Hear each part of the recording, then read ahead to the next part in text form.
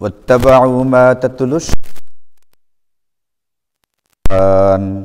وما كفر سليمان ولكن الشياطين كفروا يعلمون الناس السحر وما أنزل على الملكين ببابل هاروت وماروت وما يعلمان من أحد حتى يقولا إنما نحن فتنة فلا تكفر فيتعلمون منهما ما يفرقون به بين المرء وزوجه وما هم بضارين به من أحد إلا بإذن الله ويتعلمون ما يضرهم ولا ينفعهم ولقد علموا لمن اشتراه ما له في الآخرة من خلاق ولبئس ما شروا به أنفسهم لو كانوا يعلمون ولو أنهم آمنوا واتقوا لمثوبة من عند الله خير لو كانوا يعلمون صدق الله مولانا العلي العظيم سبحانك لا علم لنا إلا ما علمتنا إنك أنت العليم الحكيم আলহামদুলিল্লাহ আল্লাহ পাকের অশেষ মেহেরবানি আর দয়া যে আল্লাহ তাআলা আমাদেরকে তার পবিত্র ঘরে তার মহিমান্বিত কালামের তাফসীর শোনার জন্য বসার তৌফিক দিয়েছেন। আমরা যারা এখানকার নিয়মিত শ্রোতা আছি আমরা জানি যে আমাদের আলোচনা চলছে সূরাতুল বাকারা এর ওই অংশে যেখানে আল্লাহ তাআলা ইহুদিদের বিভিন্ন স্বভাব নিয়ে আলোচনা করছেন।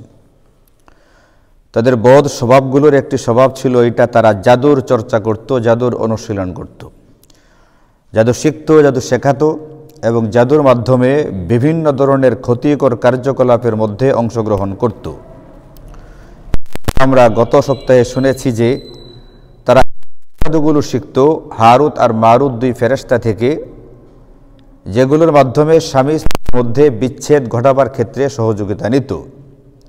এবং তারা এই জাদু চর্চা করতে গিয়া তারা এটা দলিল দেওয়ার চেষ্টা করত যে সুলাইমান আলা নবিয়্যিনা ওয়া আলাইহিস সালাতু ওয়াস সালামের কাছ থেকে নিয়েছে।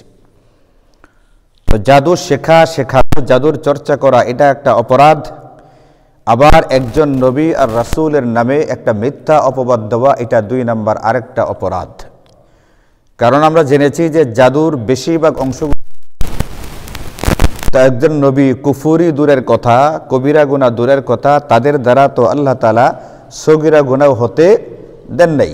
তা হযরত সুলাইমান আলাইহিস সালামের মতো এত বড় একজন নবী আর রাসূল জাদুর চর্চা করবেন, সেখান থেকে তারা শিখবে, তাদের এই দাবিটা একেবারেই মিথ্যা এবং একটা অপবাদ।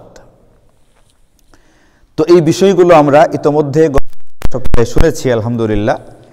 তো আয়াতে কারিমা 102 নম্বর আয়াত চলছিল, কিন্তু আয়াতটা একটু লম্বা হওয়ার কারণে এখনো পর্যন্ত আমরা ওই আয়াত মোটামুটি মূল কথাগুলো হয়ে গেছে। এখন তার শেষ একটা ফলাফল আল্লাহ পাক বলছেন, যারা জাদু শিখে, যারা জাদু শিখায়, যারা জাদুর চর্চা করে, যারা জাদুর সহযোগিতা নেয়, এদের ফলাফল বা রেজাল্ট কি হবে, এদের পরিণামটা কি হবে, এটা আল্লাহ তাআলা 102 নম্বর আয়াতে কারিমার শেষের দিকে বলছেন। খুবই গুরুত্বপূর্ণ একটা কথা। আল্লাহ বলছেন ওয়ালাকাদ আলিমু লামান ইশতারাহু মা লাহু ফিল আখিরাতি মিন খালাক। তারা অতি অবশ্যই জানতো। তারা মানে কারা? ইহুদিরা। আমাদের আলোচনা চলছে তো কাদের ব্যাপারে? ইহুদিদের ব্যাপারে। মাশাআল্লাহ। তারা অতি অবশ্যই জানতো যে লামান ইশতারাহু, যে ব্যক্তি এটাকে গ্রহণ করবে, এটা মানে কিটা? জাদু। মাশাআল্লাহ। একটু খেয়াল করলে আসলে নিজেরাও বোঝা যায় কি হচ্ছে না হচ্ছে। যেমন গত শুক্রবার আমি আপনাদেরকে বলেছিলাম যে আমি হাদিসটা বলছি, আপনারা এখান থেকে আমাদের করণীয়টা খুঁজে বের করেন। তো অনেকে বলছেন না জিনিসটা যে এইটা এখানে আমাদের বোঝার আছে, একটু খেয়াল করলে আগে পরেরটা এমনিতেও অনেক যায়। আল্লাহ বলছেন ওয়ালাকাদ আলিমনা, অতি অবশ্যই জানে, তারা মানে ইহুদিরা, লামান ইশতারাহু, যে নাকি এগুলোকে গ্রহণ করবে, এটা মানে জাদুবিদ্যাকে যারা গ্রহণ করবে, নিজের জিন্দেগিতে চর্চা করবে, এই গুরুর অনুসরণ করবে, মা লাহু ফিল আখিরাতি মিন খালাক, তার জন্যে পরকালে কোনো অংশ নেই। পরকালে কোনো অংশ নেই। আল্লামা জালালউদ্দিন সুয়ুতি রহিমাহুল্লাহ এর তাফসির করেছেন এভাবে, আই মিন নাসিবিন ফিল জান্নাহ, এই ব্যক্তি জান্নাতে যেতে পারবে না, জান্নাতে যাওয়ার অধিকার তার বাকি থাকে না। তো জান্নাতে যাওয়ার অধিকার থাকে না কখন? যখন মানুষটা কি হয়ে যায়? কাফের হয়ে যায়। এর মানে বোঝা গেল যারা জাদু শিখে, শিখায়, চর্চা করে, অনুসরণ, এদের জন্য জান্নাতে যেতে পারবে না, এই ব্যাপারটা ওয়ালাকাদ আলিমু, তারা অবশ্যই জানতো। তারা মানে ইহুদিরা এই কথাটা জানতো। এটা কিন্তু আল্লাহ বলছেন, এটা আমরা অনুমান করে বলছি না, অনুমান নির্ভর কোনো কথা না, কথাটা কার? আল্লাহ পাকের কথা। আল্লাহ বলছেন তারা এটা অবশ্যই জানে, যে ব্যক্তি এই জাদুর চর্চা করবে, অনুসরণ করবে, এই ব্যক্তির জন্য জান্নাতে কোনো হিস্সা বা অংশ নেই। তাহলে শুরুতে আল্লাহ কথাটা কি বলছেন? ওয়ালাকাদ আলিমু, মানে তারা অবশ্যই জানে, এতটুকু এলম তাদের আছে। আলিমু মানে হচ্ছে এলম তাদের আছে, এতটুকু এলম তাদের আছে। যার ভিতরে এলম থাকে তাকে বলে আলিম। তারা এই বিষয়টার আলেম যে ব্যক্তি জাদু চর্চা বা অনুসরণ করবে সেই ব্যক্তির জন্য জান্নাতে কোনো অংশ নেই, এতটুকুর তারা আলেম। এই এলম তাদের আছে, এই জ্ঞান তাদের আছে। আল্লাহ বলছেন ওয়ালা বিসা, কতই না নিকৃষ্ট, কতই না নিকৃষ্ট, মা শারাউ বিহি আনফুসাহুম, যে জিনিসের বিনিময়ে তারা নিজেদেরকে বিক্রি করছে। বিক্রি করছে কিসের বদলায়? ওই যে জাদুর মাধ্যমে তারা টুকটাক পয়সা কামাইতো। যারা জাদুকর তারা জাদু দেখায়, জাদু দেখাইয়া পয়সা কামায়, অথবা জাদু করে পয়সা কামায়। অনেক সময় আমরা শুনি এরকম হয় যে অমুককে জাদু করা হয়েছে, এরকম শুনি না আমরা? এমনকি খোদ আমাদের নবীজি সাল্লাল্লাহু আলাইহি ওয়াসাল্লামকে জাদু করা হয়েছিল। এক ইহুদি তার মেয়েদেরকে সহকারে নিয়ে তারা জাদু করেছিল। তো জাদু পরে কোনো একজন যারা এটা পারে তাদেরকে দিয়ে কাটাইতে হয়, নতুবা এই ব্যক্তিরা একরকমের অসুস্থতার মধ্যে থাকে। এই যে জাদু কইরা কইরা তারা যে টাকাটা কামায়, তারা যে বিনিময়টা নেয়, যে উপার্জনটা করে, যে উপার্জনের বিনিময়ে তারা কেমন যেন নিজেদেরকে বিক্রি করে ফেলতেছে। কারণ মানুষগুলোকে দুনিয়াতে পাঠানো হয়েছিল মূলত জান্নাত কামাই করবার জন্য, না জাহান্নাম? জান্নাত। তাহলে মানুষগুলো মূলত জান্নাতি, মূলত তাদেরকে দুনিয়াতে পাঠানো হয়েছে জান্নাতি হিসেবে ফেরত যাওয়ার জন্য। এখন যারা জাদুর চর্চা করে তারা তো এই জান্নাতি দেহটাকে বিক্রি করে ফেলতেছে জাদুর সামান্য বিনিময়ের কারণে। কোথায় না ফেলার জন্যে? জাহান্নামে নিক্ষেপ করার জন্য। আল্লাহ বলছেন কতই না নিকৃষ্ট ওই বিনিময়টা। নিকৃষ্ট কে বলছেন কথাটা? আল্লাহ বলছেন কতই না নিকৃষ্ট ওই বিনিময়টা, যে বিনিময়ের বদলায় নিজেদেরকে বিক্রি করছে। ছিল জান্নাতি আর বানাচ্ছে কি জাহান্নামী। এই বিষয়টা যদি তারা অনুধাবন করতে পারত, আল্লাহ বলছেন লাউ কানু ইয়ালামুনা, যদি তারা এই বিষয়টার আলেম হইতো কতই না ভালো হইতো। আমাদের খুব খেয়াল করতে হবে এখানে যে কথাটা দেখেন, এই আয়াতটার শুরুর দিকে আল্লাহ বলছেন ওয়ালাকাদ আলিমু, তারা এটার আলেম, তারা এটা জানে। যারা জাদু চর্চা অনুসরণ করবে তারা জান্নাতে যাবে না। আল্লাহ বলতেছেন আহা, যদি তারা এটা জানতো বা এটার আলেম হইতো কতই না ভালো হইতো। এটার দ্বারা কি বোঝা যায়? তারা জানে না।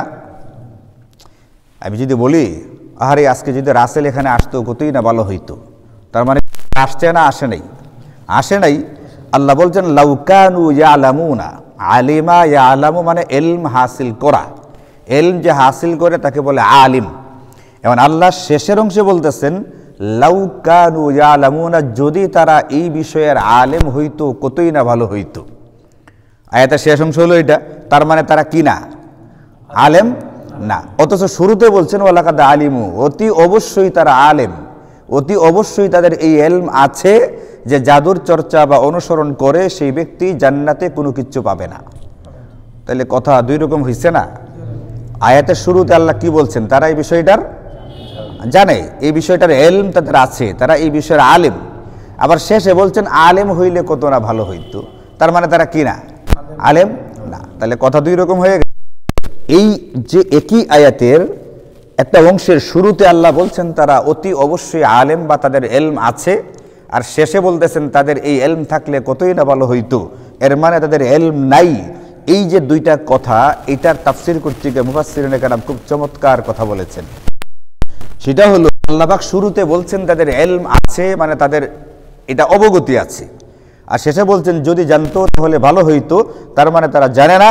এটার দ্বারা বোঝানো হয়েছে শুধুমাত্র শব্দের এলম থাকলেই হবে, এলম অনুযায়ী আমল না থাকে তারা জান্নাত করলে জান্নাতে যাওয়া যাবে না। এরপরে কি তারা এই এলেম অনুযায়ী এখন তাদের কি করা দরকার ছিল? জাদু চর্চা করা নাকি না? কিন্তু তারা কি জাদু চর্চা করছে? তার মানে তাদের এলম ছিল জাদু চর্চা করা যাবে না, কিন্তু তারা বাস্তবে চর্চা করেছে। তার যেটা জানা ছিল, জানা অনুযায়ী আমল হয়েছে না উল্টা হয়েছে? উল্টা হওয়ার কারণে আল্লাহ পাক শেষে বলছেন তারা আসলে জানেই না। এর মানে হচ্ছে যে আলেম তার এলেম অনুযায়ী কাজ করবে না, এই ব্যক্তি নামের আলেম হলেও বাস্তবে কোরআনের ভাষায় সেই ব্যক্তি কি না? আলেম না। এটা বোঝানো হয়েছে। অনেক মুফাসসিরিনে কেরাম অনেকগুলো কিতাবের ভিতরে বলছেন জাদু চর্চা করা যাবে না, এটা হারাম। এটা তো ইহুদিরা জানতো না। তো জানার পরে জানা অনুযায়ী কাজ না কইরা উল্টা কাজ করছে। উল্টা কাজ করার কারণে আল্লাহ বলছেন আহা তারা জানলে ভালো হইতো। এর মানে তাদের জানাটাকে আল্লাহ পাক কি দেন নাই? স্বীকৃতি দেন নাই। শুরুতে বলছেন আলেম, শেষে বলছেন আলেম হইলে ভালো হইতো। এর মানে শুরুর আলেম হওয়াটাকে আল্লাহ পাক আর কি করেন নাই? মানেন। কারণ মাঝখানে তারা এলেম এর বিপরীত কাজ করেছে। এই জন্য আল্লামা আশরাফ আলী থানভী রাহিমাহুল্লাহ সহকারে অনেক উলামায়ে কেরাম বলছেন, তাফসীরের কিতাবগুলোর ভিতরে ওনারা এইভাবে তাফসীর করেছেন যে দুইটা লাইনের আগে আল্লাহ বলছেন একরকম, পরে আর একরকম বলছেন। কারণটা কি? কারণটা হলো ওই জানাটা প্রকৃত জানা না। যে জানার পরেও মানুষ তার বিপরীত কাজ করে, এই জানা কিনা? প্রকৃত জানা নয়। একজন ব্যক্তি জানে যে ঘুষ খাওয়া হারাম, তার মানে ঘুষ খাওয়া হারাম, এই এলেম তার আছে, এই জ্ঞান তার, ঘুষ খাওয়া হারাম, এটা আমাদের জানা আছে না সবার? এটা এর মানে হচ্ছে এতটুকু মাসালার এলেম আমাদের সবারই আছে যে ঘুষ খাওয়া কি হারাম। এটা জানবার পরেও যদি কোনো ব্যক্তি ঘুষ খায়, তাহলে সেই কি তার জানা অনুযায়ী আমল করছে না বিপরীত করছে? এই জন্য এই ব্যক্তিকে বলা হবে এই ব্যক্তিটা আসলে আলিম না। এখন আমরা যাদেরকে আলেম হিসেবে চিনি, তাদের মধ্যে যদি কাউকে এমন পাওয়া যায় যিনি তার এলম এর বিপরীত কোনো কাজ করেন, তাহলে সেই ব্যক্তিটা নাম বা শাব্দিক অর্থের আলেম হলেও প্রকৃত অর্থে, হাকিকি অর্থে কোরআনের এই যে বর্ণনা ভঙ্গি, এই বর্ণনা ভঙ্গি আমাদেরকে বলছে এই লোক প্রকৃত অর্থে কি নয়? আলেম নয়, যদিও সে আলেমের বেশ ধারণ করে আছে। এই জন্য মিশকাত শরীফের হাদিসের ভিতরে আছে, প্রশ্ন করা হয়েছে হযরতে কাব আহবারকে, মান আরবাবুল ইলম। আরবাব এটা রব শব্দের বহু বচন, রব মানে ওয়ালা, আরবাবুল ইলম মানে ইলম ওয়ালা, মানে আলেম। তাকে জিজ্ঞেস করা হয়েছে, অনেক বড় আলেম ছিলেন তিনি, তাকে জিজ্ঞেস করা হলো আলেম কারা? তিনি বলছেন যারা তাদের জানা অনুযায়ী আমল করে, আল্লাযীনা ইয়া'মালুনা বিমা ইয়া'লামুনা, ইলম অনুযায়ী যারা আমল করে তাদেরকে বলে আলেম। এখন বেশদারি বা পরিচিত আলেম হিসাবে কিন্তু কাজ করে উল্টা, এই ব্যক্তিরা নামের আলেম হলেও হাকিকি অর্থে, প্রকৃত অর্থে সে আলেমের কি নয়? যোগ্য নয়।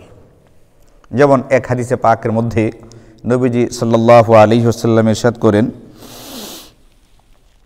আল মুসলিম, মুসলমান তাকে বলা হয়। নবীজি বলতেছেন, বুখারী শরীফের হাদিস এটা, আল মুসলিম, মুসলমান তাকে বলা হয়, মান সালিমাল মুসলিমুনা মিন লিসানিহি ওয়া ইয়াদিহি, যার মুখের দেওয়া কষ্ট থেকে এবং হাতের দেওয়া কষ্ট থেকে অন্য মুসলমান নিরাপদ থাকে। যার মুখ আর হাতের কষ্ট থেকে অন্য মুসলমান নিরাপদ থাকে, এই ব্যক্তিটাকে বলে মুসলমান। অর্থাৎ এই ব্যক্তি তার মুখের ভাষায় কাউকে কষ্ট দেয় না, গীবত করে না, গালিগালাজ করে না, যা ইচ্ছা তা বলে না, বা হাতেও সে কোনোভাবেই আঘাত করে না, পা দিয়ে আঘাত করে না, যার দ্বারা অন্য কোনো মানুষ কোনোভাবেই কষ্ট পায় না। নবীজি বলছেন এই ব্যক্তিটাকে মুসলমান। এখন আমাদের সমাজে কি ঝগড়া ফাসাদ হয় না?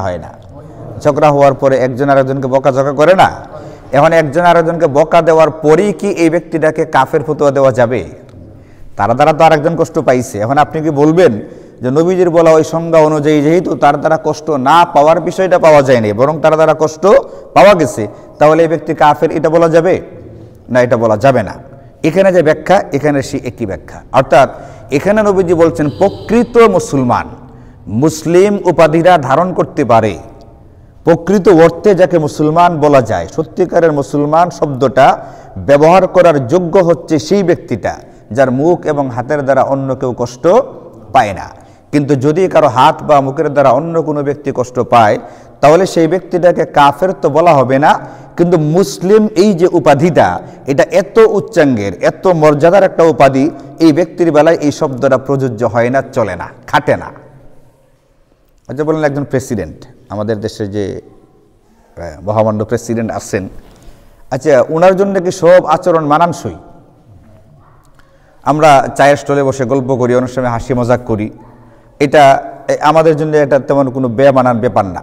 আমাদের এখানে অনেকে যায় না, এই যে সাহেব আলী ভাই গেছিলেন আজকে আসরের পরে বা মাগরিবের পরে, তো কেউ কি বলবে যে সাহেব আলী ভাই কাজটা খুবই খারাপ কাজ করছে? কেউ এটা বলবে? কেউ এটা বলবে না। কিন্তু আমাদের বাংলাদেশের রাষ্ট্রপতি যদি একটা গ্রামের চায়ের স্টলে বৈশা সাধারণ লোকদের মতো হাসি মজাক করতে থাকে, এনে যদি ওনার গাম্ভীর্য বজায় না রাখে, তাহলে সেটা কি তার জন্য মানানসই হয়? পদাধিকার বলে উনি রাষ্ট্রপতি, যেহেতু ওই পদে তাকে বসানো হয়েছে, কিন্তু বলবে মানুষ না এই লোকটার ভিতরে আসলে রাষ্ট্রপতি হওয়ার কি নাই, যোগ্যতা নাই, এ কথা বলবে না? বলবে না। সে কিন্তু রাষ্ট্রপতি না এটা বলতে পারবে না, যেহেতু কাগজে কলমে সে রাষ্ট্রপতি, কিন্তু তার আচার আচরণে মানুষ এই কথা বলবে ওনার ভিতরে সেই যোগ্যতা নেই, বা তিনি রাষ্ট্রপতির জন্য যে মানানসই আচরণ সেইগুলো তিনি করেন, এটা বলবে না। ঠিক একজন মুসলমান যদি অন্য কাউকে কষ্ট দেয়, তাহলে এই ব্যক্তিটা কাফের তো হয় না, কালিমা পড়ার কারণে, আল্লাহ এবং পরকালে বিশ্বাসী হওয়ার কারণে সেই ব্যক্তিরা মুসলমান তো ঠিক আছে, কিন্তু মুসলিম লকবটা ব্যবহার করার যোগ্য সে আর থাকে নাই। ঠিক অনুরূপভাবে যে আলেম হওয়ার পরেও তার এলমের বিপরীত কাজ করে, আলেম জানে পর্দা করা ফরজ কিন্তু সে বেপরদিগির সঙ্গে চলে, আলেম জানে সুদ ঘুষ খাওয়া হারাম কিন্তু সে এইগুলোর ভিতরে জড়িত হয়, আলেম জানে কবিরা গুনাহ এইগুলো বর্জন করতে হবে কিন্তু সে কোনো না কোনোভাবে কোনো কবিরা গুনার ভিতরে জড়িত হইতেছে।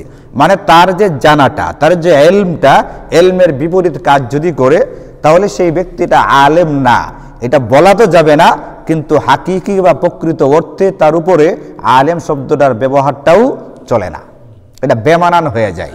ওই যে রাষ্ট্রপতি হাসি তামাশা করে রং রং ঘরে, এর বেলায় যেরকম বেমানান, এর জন্য কি হয়ে যায়, বেমানান হয়ে যায়। এই জন্য আল্লাহ শুরুতে বলছেন ওয়ালাকাদ আলিমু, তারা জানে, জাদু চর্চা বা অনুসরণ করলে এই ব্যক্তির জান্নাতে কোনো অংশ নাই।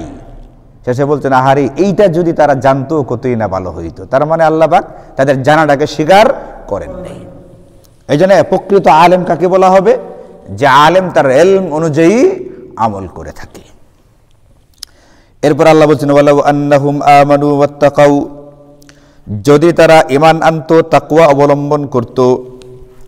যে আমার কথাগুলো কি আপনারা বুঝতেছেন না? বেশি কঠিন হয়ে যেতেছে ব্যাপারটা।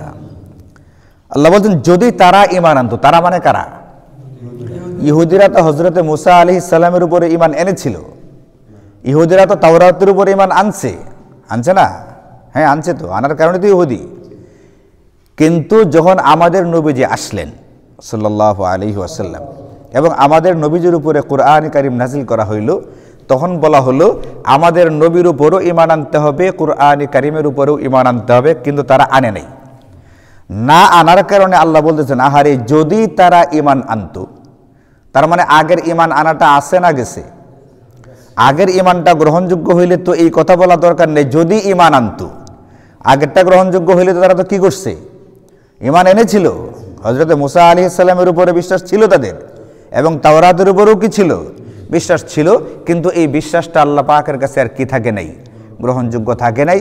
এই জন্য বলছেন আহারে যদি তারা ঈমান আনতো, তার মানে আগের ঈমান আনাটা আর বাকি নেই। তাহলে এখন আমাদের নবীজির আবির্ভাবের পরে, আমাদের নবীজির পৃথিবীতে আগমনের পরে এবং কোরআনে কারীম নাজিল হওয়ার পরে আগের সমস্ত শরীয়ত মানসুখ বা রহিত হয়ে গেছে।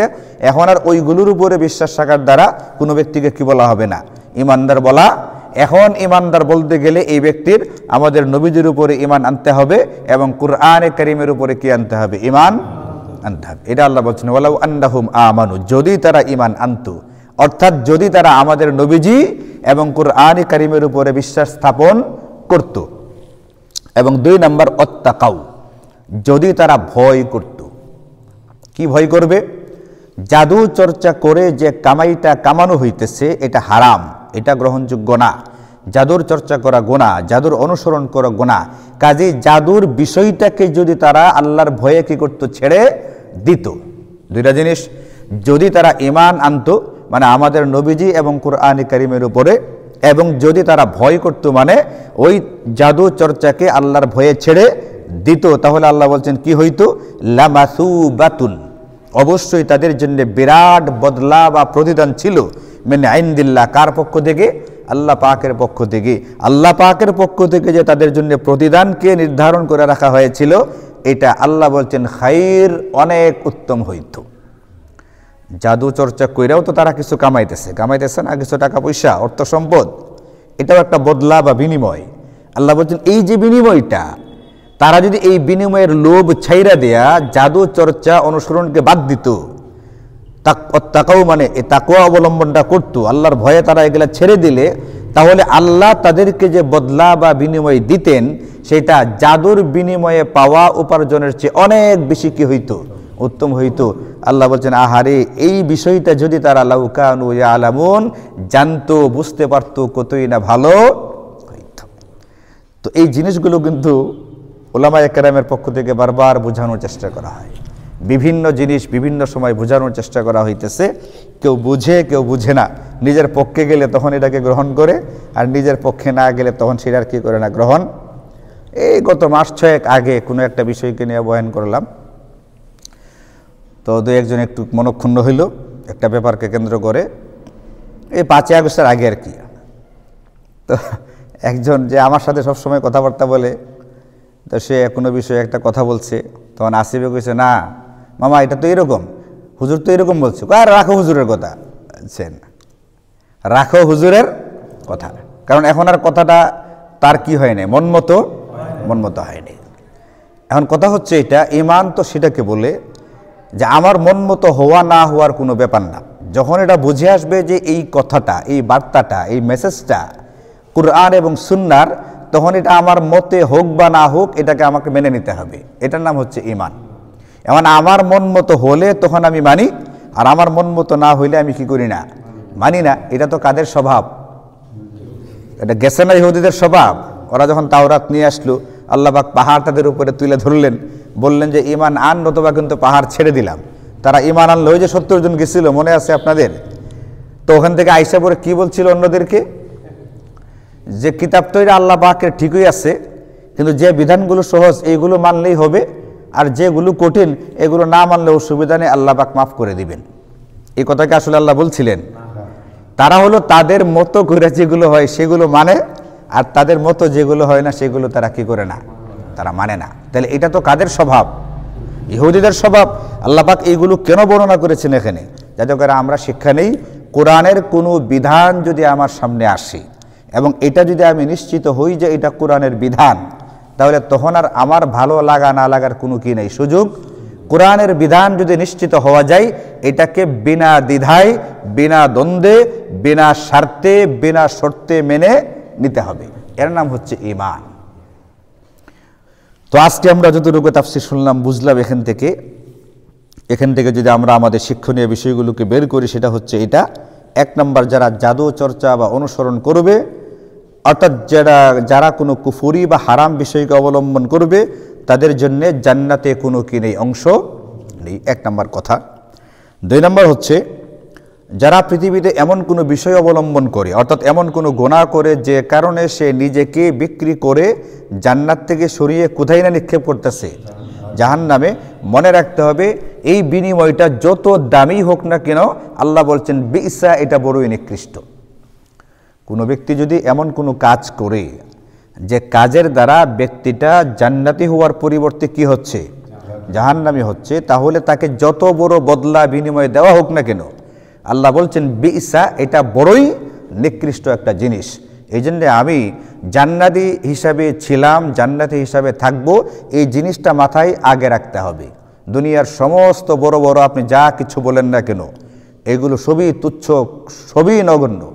নবীজির পরিষ্কার হাদিস আছে না, যদি এই গোটা পৃথিবীটার মূল্য আল্লাহ পাকের কাছে একটা মাছির যে ডানা আছে, ডানার বরাবর যদি হইতো না, কানাতিদ দুনিয়া তাআদিলু ইনদাল্লাহি জানাহা বাউদা, আল্লাহ বলছেন যে এই দুনিয়ার কোনো একজন কাফেরকে এক ঢোক পানি খাওয়ার সুযোগ দিতেন না। তা আল্লাহ পাক কাফেরদেরকে কেন দেয়া রাখছেন এত সম্পদ? কারণ এইগুলোর আল্লাহ পাকের কাছে কোনো কি নেই, মূল্য নেই। গোটা দুনিয়াটাই আল্লাহ পাকের কাছে একেবারে তুচ্ছ একটা জিনিস। এখন কোনো ব্যক্তি নিজেকে জান্নাতি করার পরিবর্তে জাহান্নামী বানাইছে, বলে কি জন্যে? তাকে বিলিয়ন বিলিয়ন ডলার দেওয়া হয়েছে। এই জন্য সে মুসলমানদের বিরুদ্ধে যে কাফেররা অস্ত্র বানায়, এর সে সূত্রগুলো বের করে দেয়, অস্ত্র বানায় দেয়। কেন? সে কোটি কোটি ডলার পায়। বলে এই মুসলমান নিজেকে জাহান্নামী বানাইছে, এই কোটি কোটি ডলার আল্লাহ পাকের ভাষায় বিইসা, কতই না নিকৃষ্ট। আজকের খবর, আমাদের জানেন যে দাওরে হাদিসের পরীক্ষা চলতেছে। আগে গেছে বেফাক বোর্ডের পরীক্ষা, এখন চলছে দাওরে হাদিসের পরীক্ষা আল হাইয়াতুল উলিয়ার। তো আজকের ঘটনা, একটা ছেলে ব্রাহ্মণবাড়িয়াতে, খুবই আফসোসের কথা।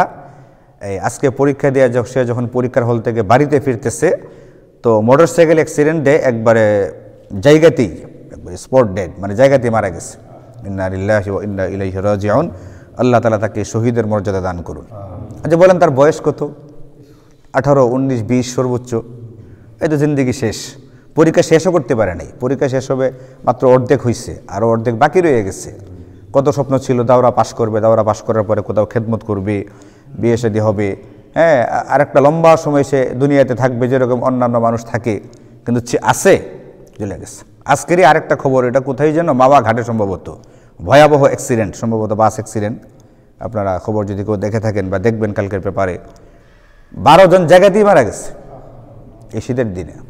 তো মানুষের হায়াতের কি গ্যারেন্টি আছে বলেন? এমন একটা মানুষ এই দুনিয়ার বিলিয়ন বিলিয়ন ডলার দিয়ে কি হবে যদি সে দুনিয়াতে নাই থাকে? এই জন্য আল্লাহ বলছেন, তুমি গুনাহ করতে গিয়ে যত বড় কামাই করো না কেন, আল্লাহ পাকের ভাষায় এটা বেইসা, বড় নিকৃষ্ট। এই জন্য সবার আগে আমাকে জান্নাতি হতে হবে, জান্নাতি আমলগুলো করতে হবে। এমন কোনো কাজ করা যাবে না যার দ্বারা আমার জান্নাতের টিকিটটা কি হয়, নষ্ট হয়। এই জিনিসটা মাথায় রাখতে হবে। এটা আমাদের 2 নম্বর শিক্ষা। এবং 3 নম্বর যে শিক্ষাটা, গুরুত্বপূর্ণ শিক্ষা, সেটা হচ্ছে আলেম ওই ব্যক্তিকে বলা হবে যে তার এলম অনুযায়ী আমল করে যদি বিপরীত কাজ করে, তাহলে সেই ব্যক্তিটা শাব্দিক অর্থের আলেম হলেও প্রকৃত অর্থে সে কিনা আলেম হওয়ার যোগ্য নয়। এটা কিন্তু আল্লাহ পাকের কথা, যারা তাফসিরের ভিতরে মুফাসসিরিনে কেরাম আমাদেরকে শিখিয়েছেন। এবং 4 নম্বর শিক্ষণীয় বিষয় হচ্ছে, এটা আল্লাহ পাক বলছেন, যদি তারা ঈমান আনতো এবং তাকওয়া অবলম্বন করত, তাহলে ঈমান আর তাকওয়া এর কারণে অন্যান্য যে সমস্ত বিষয় তাদের হাত ছাড়া হয়ে যেত, ছুটে যেত, এইগুলোর তুলনায় ঈমান আর তাকওয়া এর বিনিময়ে আল্লাহ পাক যা দিবেন সেটা অনেক উত্তম হবে, অনেক মানে মর্যাদা সম্পন্ন হবে। এটা একটা গুরুত্বপূর্ণ বিষয়, এটা আমাদেরকে মাথায় রাখতে হবে। আল্লাহ তাআলা আমাদের সকলকে বিষয়গুলো বোঝার এবং সেই অনুযায়ী আমল করার তৌফিক দান করুন। ওয়া আখিরু দাওয়ানা আলহামদুলিল্লাহি রাব্বিল আলামিন।